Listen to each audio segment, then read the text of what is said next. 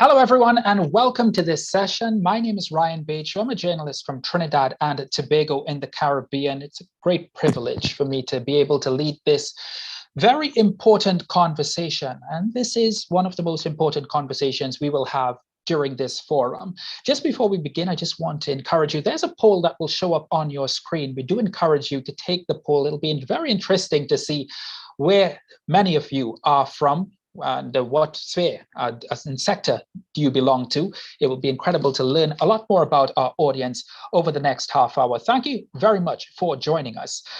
You know, many countries depend on fossil fuels and, they're reliant on fossil fuels for the development of their economies.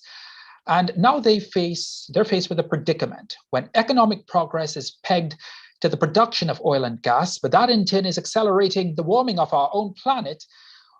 We have a major balancing problem on our hands. And it's to say one nation that is attempting to balance that balancing act is Guyana.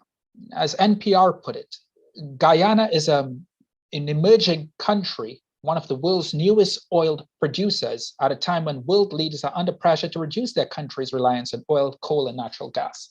But Guyana is making a case for meeting environmental targets while managing an economic portfolio intertwined with oil and gas production. Just before I introduce my guest, I just want to release some figures from the poll. I think we might have some figures already, maybe we don't just yet, but I have the honor of welcoming to this session Guyana's Foreign Secretary, Mr. Robert Persaud. Mr. Persaud, there we go. We have, just before Mr. Persaud comes on, a lot of us from the Caribbean, 46% from the Caribbean. We've got some Europeans in. Welcome to everyone. North America, just about 8%. South and Central America, 15%. Welcome to everyone, wherever you are watching in the world. A very good day to you. Thank you very much for joining us.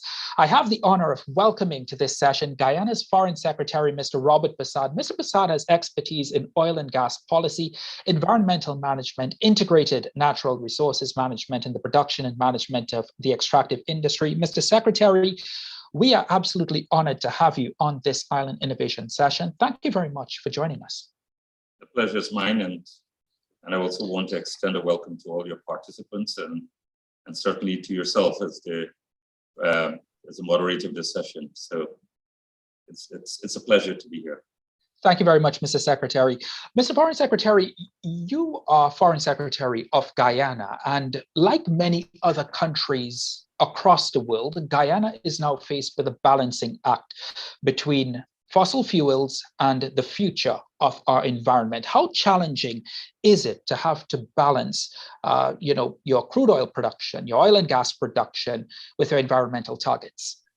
Well, in 2019, Guyana joined the League of Oil-Producing Countries, and that is, and since then we've seen some more discoveries. And right now we have close to 11 billion barrels, which could proven reserve that could be extracted, and there are many more exploration taking place. But at the same time, we've also been accelerating and advancing our commitment in terms of ensuring that we not only have an oil and gas sector that maintains and operates within world-class and global standards in terms of care and concern for the environment, but at the same time as a country, we're also deploying our ecosystem, our natural resources, and in particular our forest, and I make reference to a forest here, which is the size of England, in ensuring that we contribute globally in terms of fighting climate change. In addition to that, even as we are moving ahead in oil and gas development, the president of Guyana in October of last year launched the revised low carbon development strategy. And there was an earlier low carbon development strategy, the first of its kind in the world, which was launched in 2008. And this low carbon development strategy outlines the future in terms of our economic and social development and the plans that we have in a non-polluting way. And in that regard, it captures how it is that we are going to approach our development of oil and gas. Currently, as a country, we're 100% reliant on fossil fuel to generate energy. And we have one of the highest energy costs in the region, close to 31 US cents per kilowatt hour. That is the cost to consumer in Guyana. We're moving away, or plans that we have started work in moving away from reliance on fossil fuel. And we want to move 100% off fossil fuel for our energy needs, using a combination of natural gas as well as renewables, hydro, solar, as well as wind. So that is our commitment also. So whilst we're pursuing the development of oil and gas, we also have a comprehensive, a very strategic, and a very practical plan in terms of developing our country in a non-polluting way.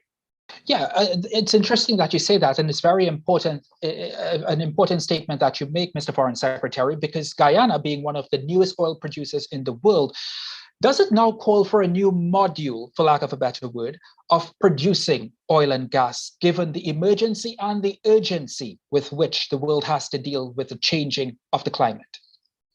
Absolutely. And if you look in terms of, one, we are fully committed to the development and the utilization of our hydrocarbons. You know, we are told that we should leave the oil in the ground. And we're told by people who come from country where, take for instance, our per capita income as it stands now is close to 7,000 US. But we're told from people in the developed world, NGOs, and so-called experts that we should leave the oil and gas, but they are living in countries where the per capita income is 36,000 US dollars and above. So what should our people do? Should we sacrifice our people's development by leaving the oil in the ground, by not pursuing a number of strategic utilization and the development of our natural resources, and just let our people perish? Or should we pursue that in a way that is harmonious, that a way that gels with our concerns for the environment? You know, and these individuals who tell us, you know, we should forego our economic development, we should forego prosperity for people. I want to repeat, they are living in countries where they enjoy prosperity, and prosperity that was built on the back of oil and gas in many instances for their people. But we are told that we should not pursue that in that regard. And that is why we are firmly committed, but we want to do it in a way that is environmentally friendly. And let's look at the reality. The reality is that our cost of production per barrel is the lowest in the world. And I want to repeat that. Our cost of production per barrel is the lowest in the world. Secondly, we do not subsidize exploration. We do not subsidize exploration as many other countries do. But we are very much in a mode or a plan, and our desire is to ensure that the oil and gas sector is done in a way that is also consistent with our international commitments to the environment in this regard. And I want to go back a bit before you come in, a bit about our forests. You know, as I said, our forest is the size of England, but our forest contains in excess of 19.5 gigatons of carbon dioxide equivalent. You know, it stores that in excess of 19 gigatons of carbon dioxide. We have more bird species than the entire United States. And in fact, we have 4% of all known animal species in the world within our forest, and that's intact. And that alone would speak to how serious and how committed we are in terms to our environment as we pursue the development of oil and gas. You speak about other countries, Mr. Foreign Secretary, that speak to Guyana about keeping the oil in the ground, and they are very prosperous. A lot of those prosperous countries that have benefited from oil and gas exploration, a lot of their development within their cities, within their urban communities, saw deforestation. Can we, with Guyana's rapid development through its founding of oil and gas, can we expect that some forests in Guyana will begin disappearing over the next decade to make room for development? Absolutely not. We have a policy where we will not convert forest, one, into agriculture, as other countries have done. Two, that we will ensure that we have sustainable logging, sustainable extraction of our forestry resources. We have a clear-cut policy whereby we have a allowable cut level that is, and I can break that down, that is every operator is given a certain amount of forest material and logs that they can extract within their concession. And even in many regards to many of these operators are not even fully utilizing that. So that whilst we have as a policy an annual allowable cut in terms of extraction from the forest, we are even under utilizing those resources, and in terms of not even fully maximizing what is allowed.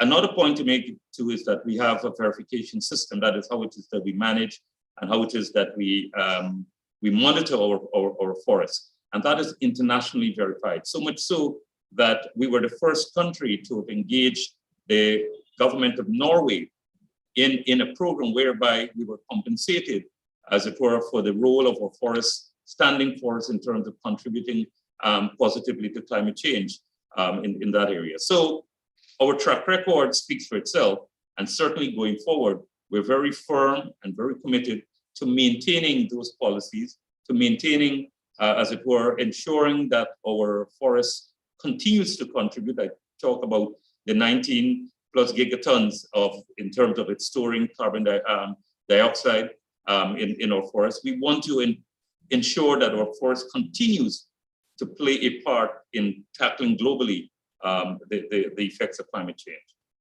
Thank you very much for that, Mr. Foreign Secretary. That's an incredible commitment from the Guyanese people to keep those forests intact, what will perhaps at some point become part of the lungs of the world. I just want to broaden our conversation a little bit, though, from Guyana out a little bit more to CARICOM. Prime Minister Dr. Keith Rowley, your colleague, your CARICOM colleague, said after COP26, in fact, when he returned from Scotland last year, he said to the people of Trinidad and Tobago will move away from fossil fuels in a reasonable and manageable way. Those two words being the key ones there. Is Guyana going to take a similar approach as it pursues further its oil and gas production? Well, our goal is to move 100% off the utilization of fossil fuel. And as I pointed out earlier, that is having a mix of utilizing our natural gas, and that project is certainly will commence soon. Already we've done a lot of work in the development of a hydro project at the Mila Falls. That too will be kicking in very soon too. And so all our energy needs will be sourced from renewables, as I said, and natural gas, and totally away from fossil fuel. So it is not that we're talking, and we've already started that process. It's a commitment we've given. We've invested money already as a country, and certainly it is part of our low carbon development strategy that is pursuing our development in a non-polluting and a low carbon pathway. So let me ask you this then. Do you feel that CARICOM as a community has acted cohesively and decisively enough when it comes to climate change and the effects of climate change that many Caribbean countries are already feeling? We don't have a choice as CARICOM not to act because given our vulnerabilities, let's look at terms of what right here in Guyana, we have to deal with the issues of flooding. One, that we're below sea level, but it's a challenge. And we have, in terms of rainfalls, the unpredictability, the intensity, and so we're very vulnerable here in Guyana. We move out to other sister CARICOM states, we have issues of hurricane, and the ferociousness and the rapidity. When you used to have these climate events, one in 100 years, we're now seeing these climate events turning up 1 in 25 years. So the reality is that as a region, we don't have a choice but to take action at the national level, but also regionally, but certainly at the global level, given our vulnerabilities. And I think many CARICOM states have been stepping up to the task. Do you feel that these CARICOM states have a big enough voice at the table? Do you feel like they have a front seat at the table, or are CARICOM states, small island developing states, I would rather like to broaden that to not just CARICOM states, but small island and developing states have enough leverage at the international level? We have been making our voices heard, but what we find in many instances, many of the commitments made in terms of supporting the types of interventions that are required, both from the standpoint of mitigation and adaptation, these commitments are not being fulfilled. We talk about the just recently held COP one day, and it reviewed commitments that were made at the previous COP, where commitments were made at an earlier COP, and which we watch consistently that these commitments are not being honored. Pledges are made, but you don't see anything that follows. So there's so much we can do as small island developing state within our own means, and many of us commit, given our limited means or given our emerging economic situation, there's so much that we can do at a national level. But when globally, when commitments are made, especially by the developed countries, we don't see that follow through action. We don't see those commitments and those pledges being realized. So yes, we can shout, yes, we can speak, yes, we can echo as much as we can, but that is limited until you have the type of response, the type of action being given, and the type of commitments made being realized. At this point, I just want to encourage all of our participants, not only do we thank you for being here with us, but please, if you have any questions for the Foreign Secretary of Guyana, Mr. Robert Persaud, please drop them in the question and answer box, and we'll definitely try to get them in before this session is over. Mr. Foreign Secretary, when it comes to access to certain things, let's just say the Green Climate Fund, do you feel it is fair, and do you feel it is just for those that really need it in small island and developing states, such as those here in the CARICOM region? It's accessing that fund. And I go back to the point I just made. That is that a lot of commitments were made, but in terms of being able to tap those resources, and that is one instance, the Green Climate Fund, it becomes as it were, a very difficult task, and I'm putting it very mildly, because some of the hurdles you have to cross in terms of tapping into those resources. It takes a lot too out of our effort. It takes a lot of our resources, even to access the type of funds that you refer to, because again, we don't see, as it were, the consistency in realization of the commitments made and the pledges made in many instances. Mr. Foreign Secretary, I just want to pull one question that we have from Nicole Cole and ask it to you. Nicole asks, is the pursuit of people-centered development really harmonious when there are significant damages to the environment by destroying mangrove forests, when ExxonMobil is allowed to flare dangerous gases into the ozone, which further leads to climate change? Do you wish to answer that? There's no development without some form of disruption of the natural ecosystem. But one has to manage, one has to take remedial action, as we've been doing. When I was Minister of Agriculture several years ago, we started a program of mangrove restoration. And that program continues today, whereby if you check along our coastline, you can see mangrove the areas there are increasing. A second step that we took in terms of mangroves, that we incorporated mangroves into a forest. It wasn't before. So we consider now mangrove as part of a forest, and that allows us, as it were, to manage our mangrove areas in a much more sustainable, but also give it some legal teeth in terms of how it is that do we remove, how it is that do we treat our mangroves. So we put the policy action in place. I don't think it's an issue for us to be scared about. The issue in terms of flaring of gas, Exxon, the Environmental Protection Agency has been very firm on Exxon, and in fact, Exxon has been paying fines when it has exceeded, as it were, the limits that were set and the caps that were set in the amount that it has to flare, and in fact, it had to invest in technology and take remedial action. So it's not an issue that has not been given attention. And in fact, they have come back down to a level in which that is manageable and one at which that is very, as we can say, friendlier to the environment. Thank you very much, Mr. Foreign Secretary, for that. Nicole, I hope that answers your question. I also just want to pull another question, this time from Sayaban Shaw. Mr. Persaud, what would help your nation and island nations most right now in the agriculture sector? One of which has to be in terms of technology. Technology, one to increase production and productivity, technology to deal with the threat of climate change, particularly flooding. And so I would rank technology as number one. Number two, it would be capital investment, because we need to scale up. We need to ensure that our farmers and operators, that they have access to capital. And that is also very, very crucial in that regard. Nationally, we have invested a lot in terms of addressing the issues of appropriate and applicable technology, in terms of incentivizing our farmers and giving them the type of support. And we do that in various means, in terms of providing drainage and irrigation, reducing the cost of land rental. It's one of the lowest in the world, the cost of farmlands that farmers have access to. We've sought to improve and modernize our extension services in both for crops and livestock.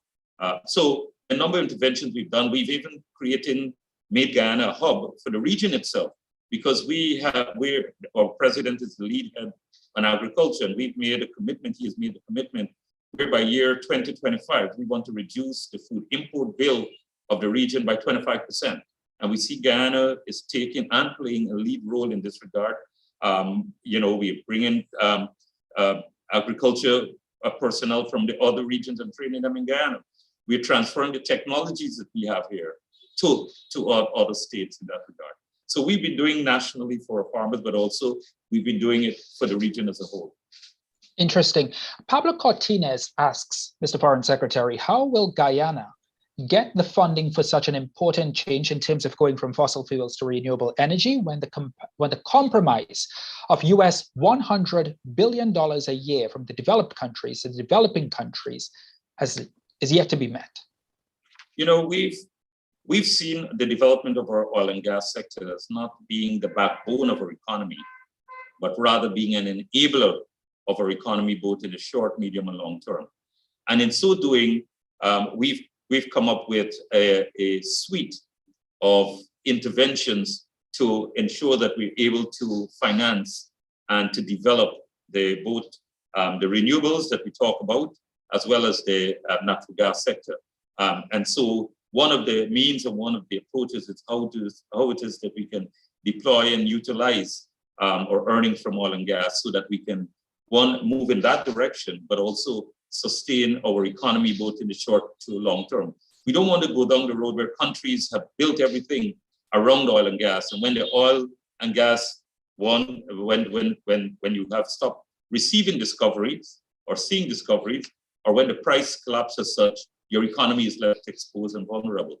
We have to ensure, and we are doing as part of our strategic approach to development, in that we have oil and gas, but also oil and gas will be used and utilized to develop the traditional sectors, as well as new sectors.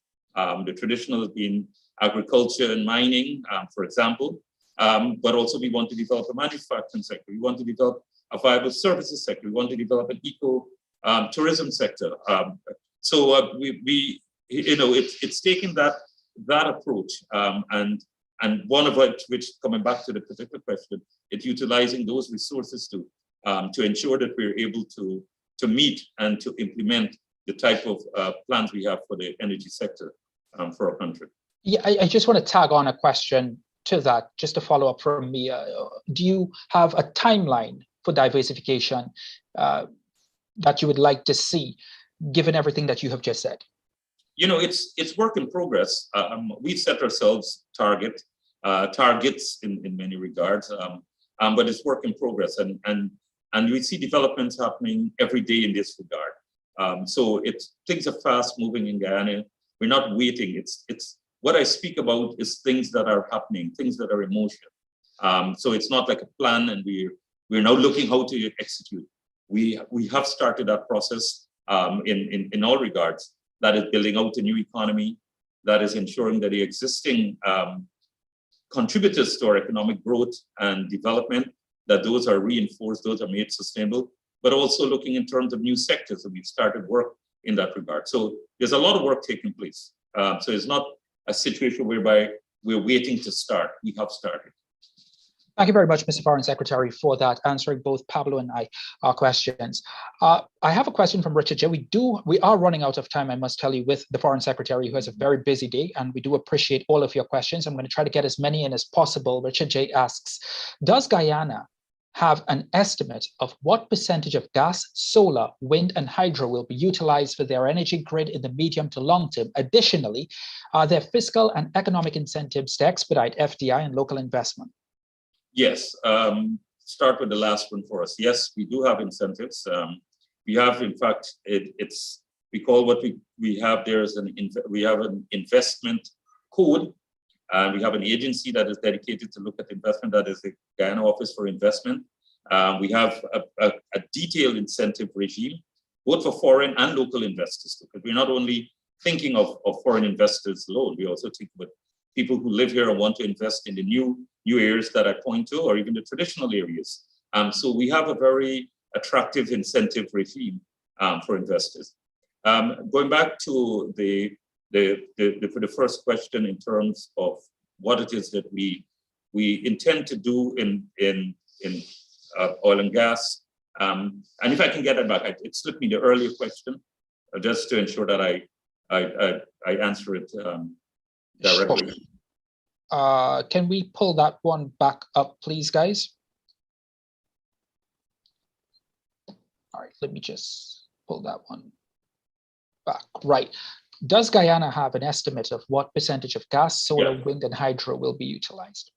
Well, as I said earlier, we want 100% of our energy needs will come from gas, hydro, solar, wind. So it's a complete, but we have some estimate what will be our future demand, as it were. Right now, nationally, our peak demand is close to 180 megawatts. We see that growing every day because we have a lot of companies who produce their own energy, and if they come off that grid, it will immediately send up that demand. So we see that growing constantly, especially when we bring new sectors in, new activities in.